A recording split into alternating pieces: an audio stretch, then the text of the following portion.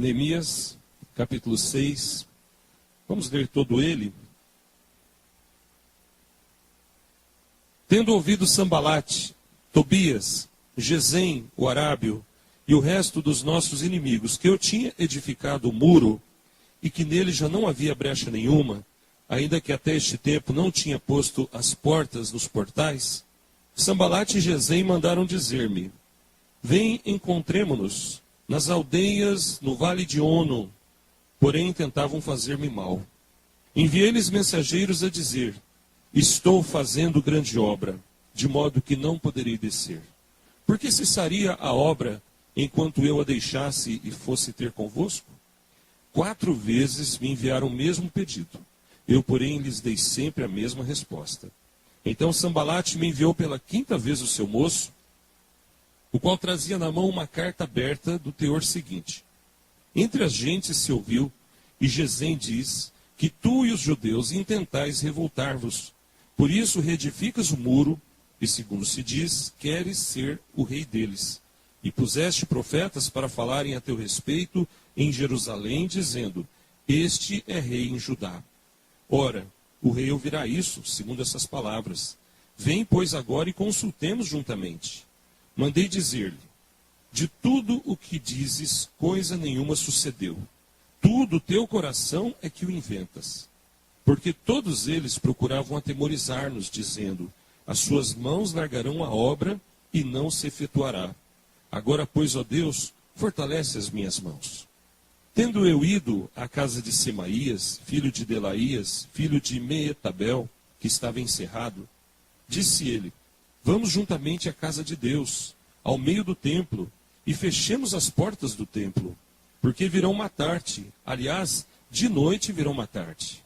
Porém eu disse: homem como eu fugiria? E quem há como eu que entre no templo para que viva? De maneira nenhuma entrarei. Então percebi que não era Deus quem o enviara. Tal profecia falou ele contra mim, porque Tobias e Sambalate o subornaram. Para isto o subornaram, para me atemorizar. E para que eu assim viesse a proceder e a pecar, para que tivessem motivo de me infamar e me vituperassem. Lembra-te, meu Deus, de Tobias e de Sambalate, no tocante a estas suas obras, e também da profetisa Noádia e dos demais profetas que procuraram atemorizar-me. Acabou-se, pois, o muro aos 25 dias do mês de Elul, em 52 dias. Sucedeu que, ouvindo-o todos os nossos inimigos, temeram todos os gentios nossos circunvizinhos e decaíram muito no seu próprio conceito, porque reconheceram que por intervenção de nosso Deus é que fizemos esta obra. Também naqueles dias, alguns nobres de Judá escreveram muitas cartas que iam para Tobias, e cartas de Tobias vinham para eles, pois muitos em Judá lhe eram ajuramentados, porque era genro de Secanias, filho de Ará, e seu filho Joanã se casara com a filha de Mesulão, filho de Berequias. Também das suas boas ações falavam na minha presença, e as minhas palavras lhe levavam a ele. Tobias escrevia cartas para me atemorizar. Ora, uma vez reedificado o muro e assentadas as portas, estabelecidos os porteiros, os cantores e os levitas. Somente até aí. Mas o foco mesmo da mensagem nessa noite, amados, está no versículo de número 3. Vamos ler juntos o versículo 3? Neemias 6:3. Enviei-lhes mensageiros a dizer: estou fazendo grande obra, de modo que não poderei descer. Por que cessaria a obra enquanto eu a deixasse e fosse ter convosco? Meus amados, nós estamos nos aproximando das eleições para presbíteros e diáconos, e também no início do próximo ano, eleição de pastor. Faz necessário nós buscarmos na palavra princípios que nos orientem nesses momentos. Então nós vamos falar nessa noite, iniciar aqui uma série de 3 mensagens, nesse capítulo 6 de Neemias, falando sobre servos segundo o coração de Deus. E é importante a gente dizer, irmãos, que esses princípios não se aplicam só a oficiais da igreja. Esses princípios se aplicam a todos nós que somos servos de Deus. Somos servos. Servos de Deus e servos uns dos outros. Mas que tipo de servos nós somos, irmãos? Nós somos servos segundo o nosso próprio entendimento? Será que nós somos servos segundo aquilo que achamos que é o correto? Será que nós temos buscado ser servos de acordo com aquilo que alguém lá fora disse? Olha, isso é correto.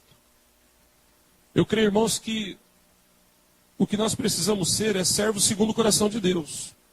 Nós podemos ser bons na área que trabalhamos e onde atuamos, cada um aí tem uma profissão, até pastor, pode ser um bom pregador, um bom estudioso, um bom professor. Mas, irmãos, se a gente não for servo segundo o coração de Deus, não está bom. Então, de algum modo, essa palavra se aplica a todos nós, porque todos somos servos, todos fomos chamados para o serviço do Senhor. E nessa primeira mensagem nós vamos destacar que os servos segundo o coração de Deus fazem a obra de Deus. No versículo 3 de Neemias 6, tem essa frase que é marcante: estou fazendo grande obra. Vamos falar juntos? Estou fazendo grande obra. A obra que nós fazemos, amados, é a obra de Deus. A vida cristã, irmãos, é assim. É uma vida de serviço para Deus, trabalho para Deus, fazer a vontade de Deus, servir a Deus. Deus não nos chamou para ociosidade. Como lemos hoje lá no Salmo 65, Deus não nos aproximou dele para nós sermos preguiçosos, para ficarmos no ócio, como se diz. Não, eu cuido dos meus interesses. A obra de Deus eu não quero me envolver muito não. Espera aí, irmão, tem que voltar então ao primeiro amor. Entender o princípio de tudo, o que é ser um servo de Deus. Segundo o coração de Deus, amados, nós temos potencial, nós temos capacidades, nós temos proteção, nós temos direção, nós temos força, nós temos poder, nós temos tudo que for necessário para fazermos a vontade de Deus. Então, irmão, saia do comodismo. Se você está acomodado, quero que você fique incomodado. Se você está acomodado, fique incomodado. E saia dessa acomodação. E arregace as mangas. E faça a obra de Deus. Porque tem muita obra para ser feita.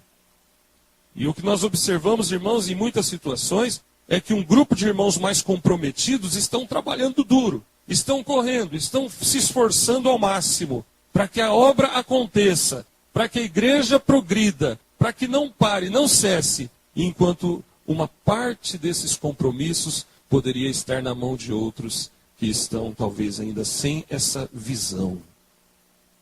Esse é o poder da visão, irmãos. Quando você tem a visão bíblica do que é a obra de Deus, do que é ser servo de Deus, você sai do comodismo. Mas quando a gente se acomoda, é porque a gente não está dentro da visão bíblica. Então talvez a gente seja um bom servo segundo o nosso próprio conceito e não segundo o coração de Deus. A visão de missão, irmãos, ou de obra a ser feita é bem abrangente. Todo mundo tem uma obra a fazer. Quando a gente fala de família, de trabalho, todo mundo tem uma obra, todo mundo tem uma missão, quer sustentar sua casa, quer vencer na vida, quer conseguir um diploma, quer alcançar uma certa estabilidade profissional. Os pais têm a grande missão de criar seus filhos. Então, de algum modo, isso se aplica a todo mundo. Mas a gente queria falar nessa noite, irmãos, sobre a obra de Deus. Qual que é mais importante na nossa vida? Os nossos próprios interesses particulares, que fazem parte de uma obra que estamos realizando, ou a obra de Deus? Queria que você pensasse nisso. Porque, irmãos, se Neemias fosse olhar para outras coisas e não para a obra de Deus, o muro não teria sido edificado. Então pense nisso. Nós temos condições de servir a Deus, mas nós temos feito isso? Olha, Esdras e Neemias, se você quiser conhecer mais, leia esses livros. Eles viveram em um tempo de muita hostilidade, morte mesmo, guerra. E eles cumpriram a missão que Deus havia dado para eles, vencendo todos os desafios que apareceram na frente. Eles não pararam. Esdras e Neemias são dois livros que estão em conjunto. Para entender bem o livro de Neemias, é interessante a gente ler também o livro de Esdras. Porque os dois trabalharam de algum modo na mesma missão, que era tirar o povo lá da Babilônia, trazer de volta para Jerusalém, reconstruir a cidade, levantar os muros, e então o povo de Deus viver uma vida normal. Não sei se você conhece bem essa parte da Bíblia, irmão, mas deixa eu dizer que o povo de Deus ficou 70 anos no cativeiro babilônico. Ou seja, durante 70 anos o povo de Deus foi escravo da Babilônia. E então, num dado momento, após esses 70 anos de cativeiro, Deus cumpriu a sua palavra e trouxe o povo de volta para a terra prometida, para a terra deles. Numa só leva, junto com Zorobabel, foram 50 mil judeus. 50 mil judeus saíram da Babilônia e caminharam até Jerusalém. E depois de alguns anos, cerca de 10 anos mais ou menos, você pode voltar algumas páginas da sua Bíblia, no capítulo 1 de Neemias, chegou uma notícia para Neemias. Lá no versículo 3, Neemias 1:3, disseram-me, olha a notícia que chegou para Neemias. Os restantes que não foram levados para o exílio e se acham lá na província, estão em grande miséria e desprezo. Os muros de Jerusalém estão derribados e as suas portas queimadas. Então 50 mil judeus voltaram do cativeiro babilônico para sua terra. Mas eles e os que haviam ficado por lá estavam passando miséria, estavam passando vergonha, e eles estavam desprotegidos porque os muros da cidade estavam derribados. E naquele contexto, irmãos, uma cidade sem muro era um convite para o inimigo invadir e dominar e roubar e saquear a cidade. E então, olha o versículo 4, irmãos. Tendo eu ouvido essas palavras, assentei-me e chorei e lamentei por alguns dias. Estive jejuando e orando perante o Deus dos céus. Deus começou a tocar no coração de Neemias. Deus começou a incomodar Neemias. E como é bom quando Deus nos incomoda, quando Deus nos tira da acomodação, quando Deus nos faz enxergar que a obra dele é maior que tudo, irmãos, e que a obra dele não pode parar. Então, irmãos, quando Neemias soube que as muralhas ainda não haviam sido reconstruídas, ele foi falar com o rei, e era o rei Artaxerxes I, e pediu essa autorização para ir lá edificar os muros. E ele conseguiu essa autorização. E é interessante também saber qual era a função de Neemias na Babilônia. Ele era copeiro do rei. Parece bonito falar, não é? Copeiro. Mas você sabe o que o copeiro fazia? Tudo que o rei ia comer ou beber, o copeiro comia e bebia um pouquinho antes. Porque se estivesse envenenado, morreria o copeiro e não o rei. Então veja, irmãos, que isso era uma prática antiga. E Neemias tinha esse cargo, essa função, cobaia do rei. Se for para o rei morrer, ele morria primeiro. Olha só. Mas isso trouxe para Neemias uma certa aproximação do rei. Já era providencial, já era plano de Deus. Porque quando ele soube que estava nessa situação, a cidade de Jerusalém, ele pede e o rei permite que ele vá lá para reconstruir os muros da cidade. E quando ele vai para Judá, ele é reconhecido como governador de Judá. Ele chega lá com um certo status, com uma certa autoridade. O povo reconhecia nele a liderança, o povo reconhecia nele que Deus estava com ele. E por isso ele pôde reconduzir a construção ou a reedificação daqueles muros. Irmãos, ele é um exemplo para nós de humildade, de integridade, de patriotismo, de energia, de piedade, de altruísmo, de trabalho. E poderíamos acrescentar de fé, de oração, de dedicação, de preocupação com a obra de Deus. E o tema principal do livro de Neemias, qual que é? É que Deus opera soberanamente por meio de seres humanos, agentes humanos. Era Deus reedificando o muro. Era Deus reconstruindo a cidade, usando os servos dele. E, irmãos, continua assim hoje na face da terra. Quem é responsável pela obra de Deus é o povo de Deus. Deus não precisa de nós, irmãos. Deus pode usar qualquer pessoa que Ele quiser. E nós conhecemos bem a palavra de Deus. Na parábola dos talentos, Jesus diz que aquele servo que enterrou o talento, Deus tirou dele e deu para o que tinha 10. Então, se nós não nos incomodarmos e fizermos a obra de Deus, Deus vai fazer a obra dele de alguma maneira. Pode ter certeza disso. Mas Ele vai cobrar de nós um dia. Por que nós não fizemos a obra dele? Então, irmãos, vamos gravar isso. Os servos, segundo o coração de Deus, são aqueles que fazem a obra de Deus. Os servos, segundo o coração de Deus, são aqueles que fazem a obra de Deus. Pergunta para o irmão do seu lado, o que você está fazendo na obra de Deus, irmão?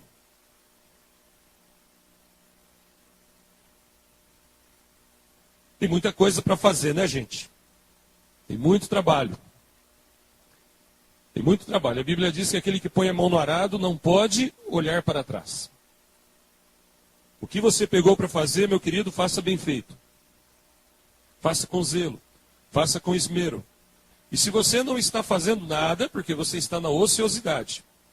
Então você que abraçou a obra de Deus, irmão, faça com vontade, faça com fé. Façamos como Neemias fez. Nessa primeira mensagem, nós vamos procurar entender como Neemias fez a obra de Deus. Fazer a obra de Deus requer de nós discernir a grandiosidade da obra de Deus. Não é pouca coisa, irmão. Não é algo desprezível. Não é algo que eu posso deixar para depois, que eu faço se eu tiver vontade, se eu faço a hora que eu estou afim. Então, peraí, então não é segundo o coração de Deus. Neemias, amados, teve esse discernimento.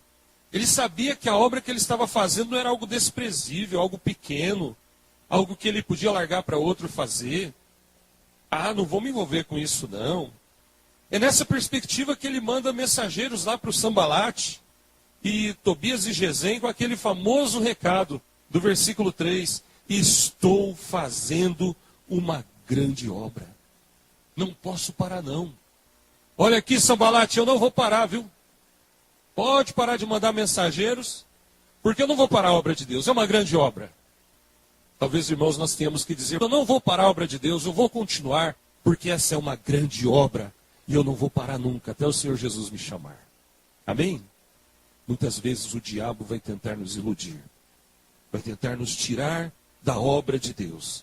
Então, os servos que agradam a Deus são aqueles que não menosprezam a obra de Deus. São aqueles que não a deixam em segundo plano, mas eles priorizam a obra do rei, porque foi uma missão dada pelo rei, e é uma grande missão de um grande rei, de um grande plano, é uma grande obra, é a coisa mais importante da minha vida, da nossa vida. Como eu poderia parar?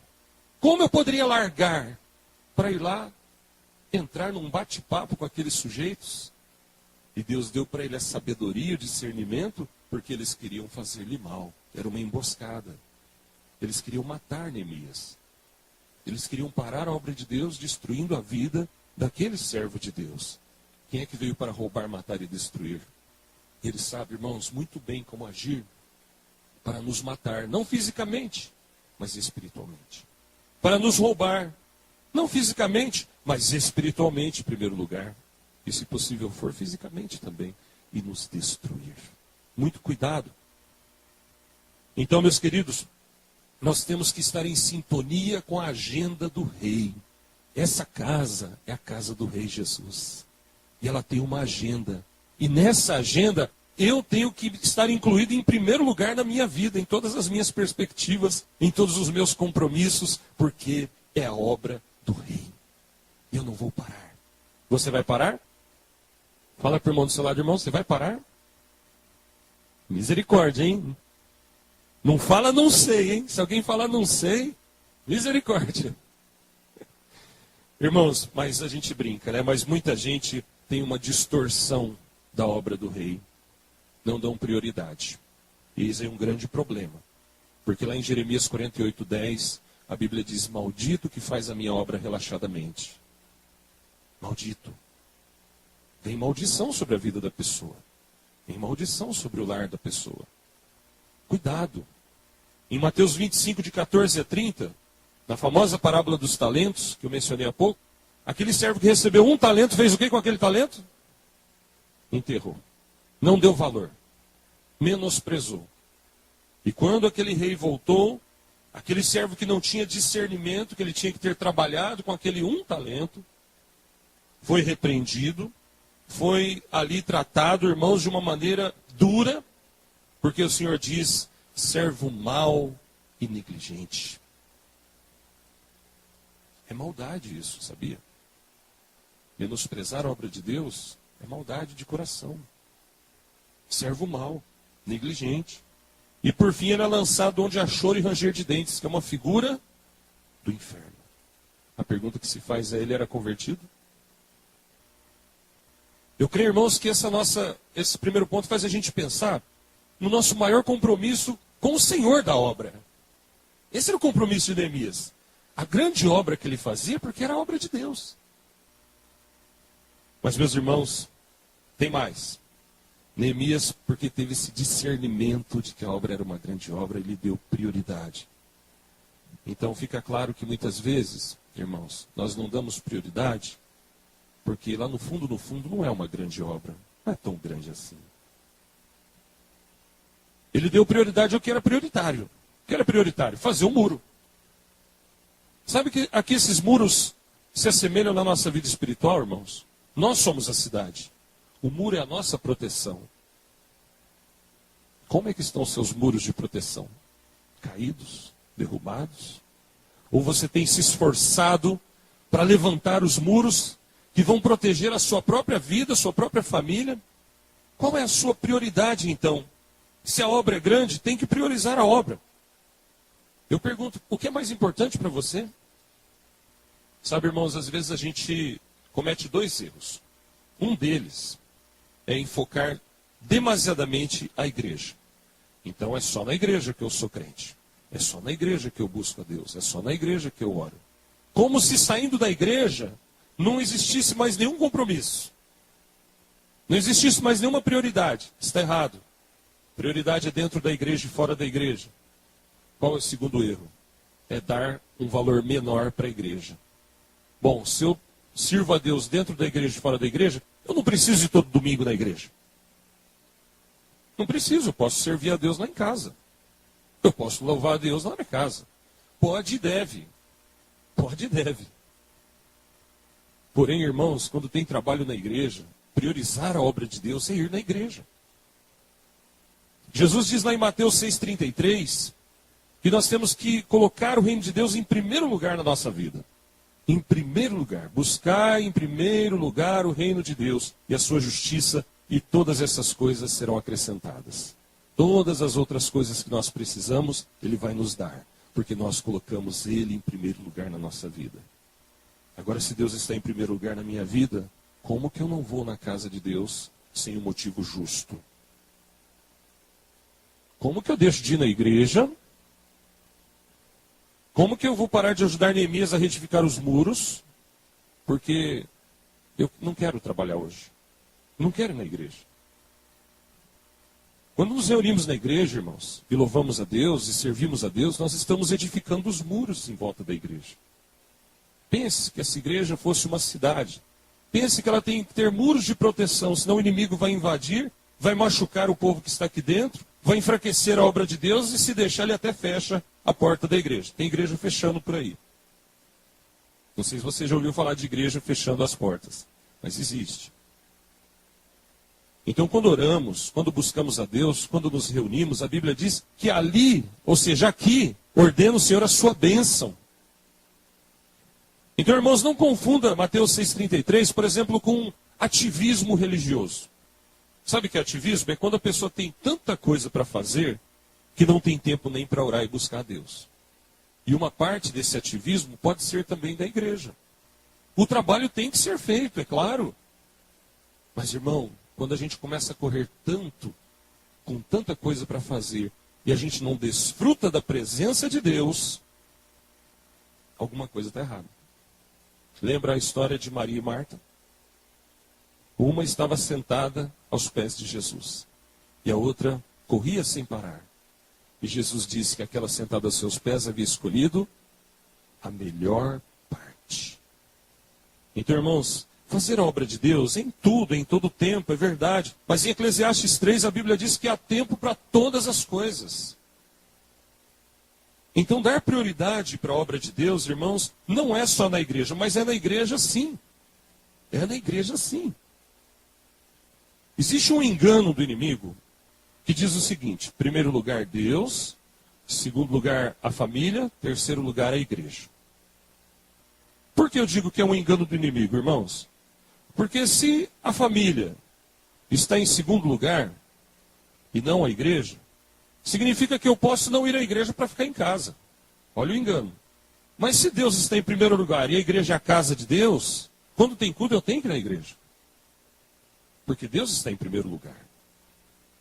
Mas se a família estiver doente, se a família estiver com problemas de saúde, é lógico que eu vou pegar a esposa, o filho e levar no médico. Mas eu vou fazer questão de avisar algum irmão. Irmão, ora lá por mim, avisa lá porque estou com um problema assim em casa, não deu para mim ir no culto hoje. Eu vou me incomodar com isso. Porque a igreja é o lugar da comunhão do povo de Deus.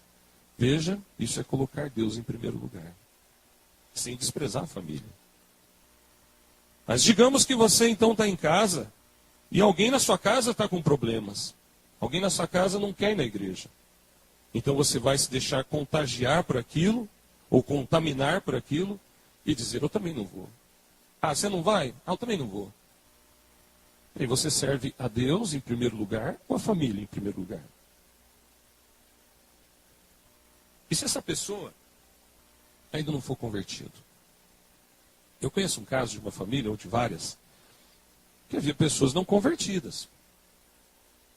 Então o ato de não ir à igreja partia de uma pessoa que não amava a casa de Deus. E eu sei de várias famílias onde um ente não crente permite que a esposa vá na igreja. Que bênção.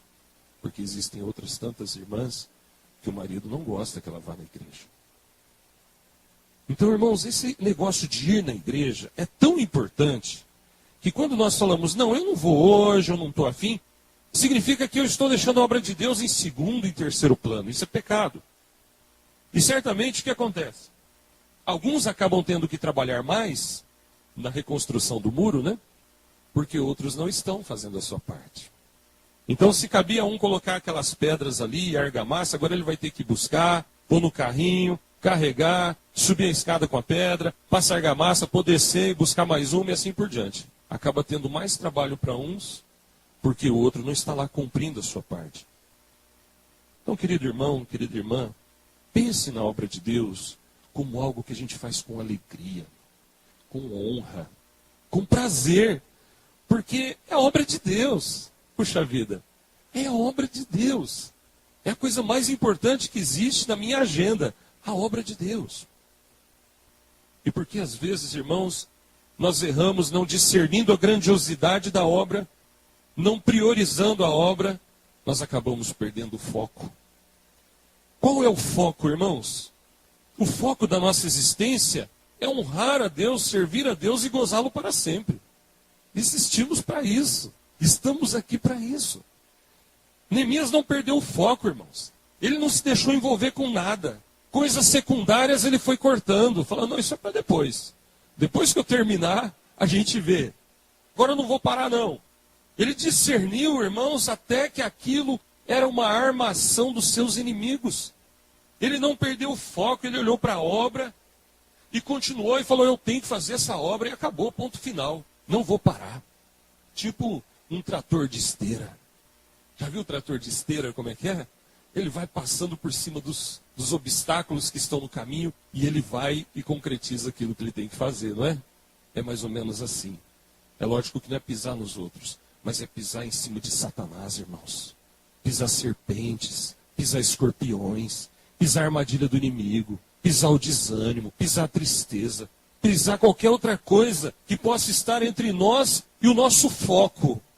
E Paulo, quando fala do foco, ele diz que ele olhava firmemente para Cristo, o autor e consumador da fé. Muito bem, autor e consumador da fé. Então, irmãos, os servos que agradam a Deus são aqueles que desenvolvem uma capacidade de determinação pelo que é certo, pelo que é bíblico, pelo que é correto, o que é prioritário. E Deus honra esses servos dele, irmãos. A palavra de Deus, irmãos, nos fala sobre perder o foco em vários textos. Em Lucas 9,62, é aquele texto do arado que eu falei. Ninguém que tendo posto a mão no arado, olha para trás, e olha para trás é apto para o reino de Deus. Olha, vai mais além do que mero ativismo, não é? Jesus não estava falando de ativismo religioso, ele estava falando do reino. E quando ele fala do reino, irmãos, ele está falando dessa grande obra que nos conduz aonde? Ao céu. Olhar para trás, irmãos, significa voltar às coisas do velho homem. Mas lá no campo, quem punha a mão no arado não podia olhar para trás, porque ele tinha que conduzir aquele arado manualmente. E se ele olhasse para trás, aquela rua, que é chamada de rua do campo, ela poderia ficar toda torta e ali estragar todo o trabalho que estava sendo feito. Então, perder o foco, irmãos, é olhar para trás. Perder o foco, irmãos, é não fazer com que o arado siga no caminho correto. Perder o foco, irmãos, é desanimar daquilo que Deus nos deu para fazer. Mas perder o foco também, irmãos, é desagradar a Deus, é retroceder. E lá em Hebreus 10, 38, diz assim a palavra: todavia, o meu justo viverá pela fé, e se retroceder, nele não se compraz o meu coração. Não retroceda, irmão, não volte para trás. Siga sempre em frente. Tenha determinação. Não pare, não perca o foco. Tem muita obra para ser feita, irmão.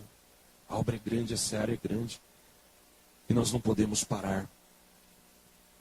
Muitos começam a fazer a obra de Deus no momento de empolgação. Ah, que alegria, agora eu vou, agora vai, agora vai. E a gente sabe que depois de um primeiro momento tem um decréscimo. Tem um decréscimo. Alguns desanimam. Infelizmente, irmão, sempre é assim. Porque é o famoso fogo de palha. Quando passa aquela empolgação, vem um desânimo. Vem um desânimo, vem uma certa tristeza. Alguns até abandonam a obra que foi iniciada. Alguns até largam mão mesmo. Mas os servos que agradam a Deus, irmãos, são aqueles que buscam a determinação que vem lá do alto. Por isso que a gente fala tanto do poder de Deus, irmãos. Porque sem o poder de Deus, a gente não tem essa determinação, sabe? Sem a presença de Deus constante na nossa vida, a gente perde o foco. Rapidinho. No momento. De um momento para o outro, a gente esquece tudo aquilo que a gente vinha aprendendo com o Senhor. Tudo aquilo que Ele fez na nossa vida. Tudo aquilo que Ele nos deu. E quantas bênçãos. E nós, muitas vezes, nem por gratidão, fazemos a obra de Deus. Sabe quando a gente faz a obra de Deus, irmãos, e muitas vezes, eu tenho falado aqui, é quando a gente faz o culto doméstico. Quando a gente ora em casa com a família. Quando a gente tem um tempo para ficar a sós com Jesus. Quando a gente faz um propósito de ler a Bíblia de capa a capa, de Gênesis a Apocalipse. Quando a gente faz um propósito em casa de ter um culto doméstico, nem que seja 2 por semana ou 3, e se possível for todo dia. Porque o nosso foco, irmãos, volto a dizer, não é só aqui dentro do templo, é fora do templo também. Mas quando nós temos esse foco centrado na nossa existência, nós vamos atentar para a agenda da igreja, para os trabalhos da igreja. Nós vamos prosseguir depois, falando ainda do texto de Neemias, que os servos segundo o coração de Deus não se acovardam. Neemias não se acovardou diante do perigo, diante da insistência do inimigo, diante das maledicências, diante do medo, diante das ameaças e das artimanhas que tentaram fazer contra ele. Ele não desanimou, ele não se acovardou. E por último, uma outra mensagem, nós vamos falar que os servos segundo o coração de Deus completam a obra de Deus. Veja lá no versículo 15. Acabou-se, pois, o muro aos 25 dias do mês de Elul. Olha que bênção. Em 52 dias. Veja, a prioridade que ele dava para a obra era tamanha, que esse muro foi reedificado em 52 dias. E foi levantado o muro e colocadas as portas, e a cidade ficou protegida novamente. Então, irmãos, se houver brechas nas muralhas que protegem a nossa existência, o inimigo vai conseguir passar facilmente. Houve um momento em que a muralha estava construída, mas faltava colocar as portas dos portais. Então, se você estiver com as muralhas em volta de você e da sua família construídas, mas não colocou porta, não pôs ferrolho, o inimigo vai poder invadir o seu lar, a sua vida, e enganar você. Cuidado. Edifique o muro coloque as portas, não tenha medo, complete a obra. E para Neemias conseguir isso, ele teve que ter sabedoria, discernimento, foi fortalecido no Senhor e na força do seu poder, teve coragem, viveu em santidade, respeitando a casa de Deus, e enfim ele completou a obra de Deus. Então, irmãos, notoriamente tem um paralelo entre o que aconteceu lá nos dias de Esdras e Neemias e os nossos dias. Nós somos trazidos do cativeiro do pecado, e eles haviam sido trazidos da Babilônia. Deus havia colocado eles na sua cidade, na terra deles, e Deus nos colocou na igreja, que a Bíblia chama de regiões celestiais, ou seja, regiões do céu aqui na terra. Deus nos colocou na sua obra. Neemias tinha uma missão, nós temos a nossa missão. Neemias tinha um trabalho, nós temos muito trabalho a ser feito na igreja. E nós precisamos construir aquela muralha, irmãos, para nos proteger do nosso inimigo, que não é Sambalate, não é Tobias, mas é Satanás, o maior inimigo dessa obra. E ele vai tentar de todas as maneiras nos fazer parar, tentando fazer a gente perder de vista que essa obra é grandiosa, tentando tirar de nós a prioridade da obra e tentando fazer a gente perder o foco. Que nós sejamos então, irmãos, como Neemias. Amém? Busquemos em Deus, irmãos, as transformações que forem necessárias. Busque em Deus. Se você tem alguma coisa para mudar, pode ter certeza que o pastor também tem, todo mundo tem, que melhorar em alguma área. Seria muito ufanismo alguém dizer, não, eu não tenho necessidade disso. Todos nós precisamos. Mas busquemos em Deus. Não vamos deixar as coisas paradas. Não vamos nos acomodar. Não vamos dar ouvidos à voz do inimigo. Não vamos perder o foco. Mas vamos buscar em Deus transformação para que nós possamos prosseguir e terminar essa grande obra. Amém? Vamos orar? Vamos ficar de pé e orar? Agradecer a Deus e pedir que Ele nos abençoe. Coloque-se diante do Senhor nesse momento. Eu creio que o Senhor falou com você, pois Ele tem falado muito comigo neste capítulo 6 de Neemias. Existem tantas coisas que querem roubar a nossa atenção, que querem nos tirar do foco, que querem nos desanimar para que não tenhamos determinação. Eu desafio você agora a orar a Deus e colocar a sua vida diante do altar de Deus, pedindo que Deus te dê esse discernimento da grandiosidade da obra de Deus.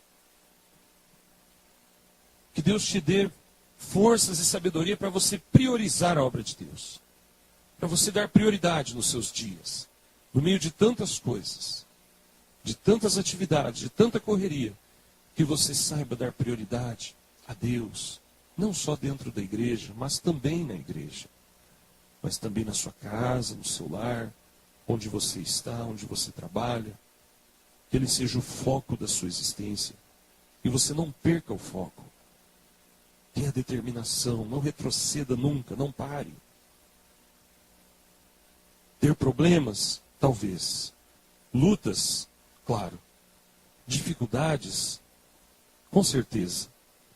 Mas abandonar o mestre, abandonar a obra, deixá-la em segundo plano? Jamais. Senhor nosso Deus, ajuda-nos a ser como Neemias, como Esdras. Esses irmãos, ó Pai, que te serviram num tempo de tanta hostilidade, de morte, de perseguições, de emboscadas, de ciladas. Ao lermos a carta do Albano, ó Pai, nós vemos que ele sofreu uma emboscada, mas o Senhor o guardou, o Senhor protegeu. E o teu servo está sofrendo, está até tomando medicamentos. A família foi abalada com essa situação de perigo, de morte. Mas eles não perderam o foco. Eles não se desanimaram. Eles continuam fazendo a tua obra. E pedimos que o Senhor oriente eles, ó Pai, para esse campo aonde o Senhor vai mandá-los. E Pai, nós temos já o nosso campo.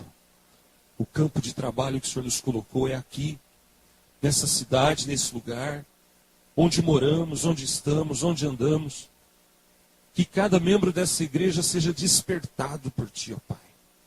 Para que não venhamos jamais, Senhor Deus, perder de vista que essa obra é uma obra grandiosa. Mas que digamos como Neemias, estou fazendo uma grande obra e não vou parar. Ajuda cada membro da Tua casa, Senhor, a olhar para a Tua obra com prioridade, dando à Tua obra o devido valor, o devido respeito. Que não venhamos a pecar, Senhor, fazendo a obra de uma maneira que menospreze o Senhor, que entristeça o Senhor, mas que cada um de nós, ó Deus, faça a sua parte. Desde a frequência nos trabalhos, até na participação em cada área em que está inserido, seja na junta diaconal, seja no conselho, na mocidade, na UPA, na SAF, na UPH. Ó Deus, há tanto trabalho para ser feito. E nós te pedimos, não nos deixa perder o foco, ó Pai. Não nos deixa retroceder. Não permita, Senhor Deus, que venhamos a desanimar, que venhamos a olhar para trás, mas que nós olhemos sempre para o Senhor Jesus, o autor e consumador da nossa fé. E pedimos a Tua bênção, ó Pai, nessa hora, no nome santo de Jesus. Amém.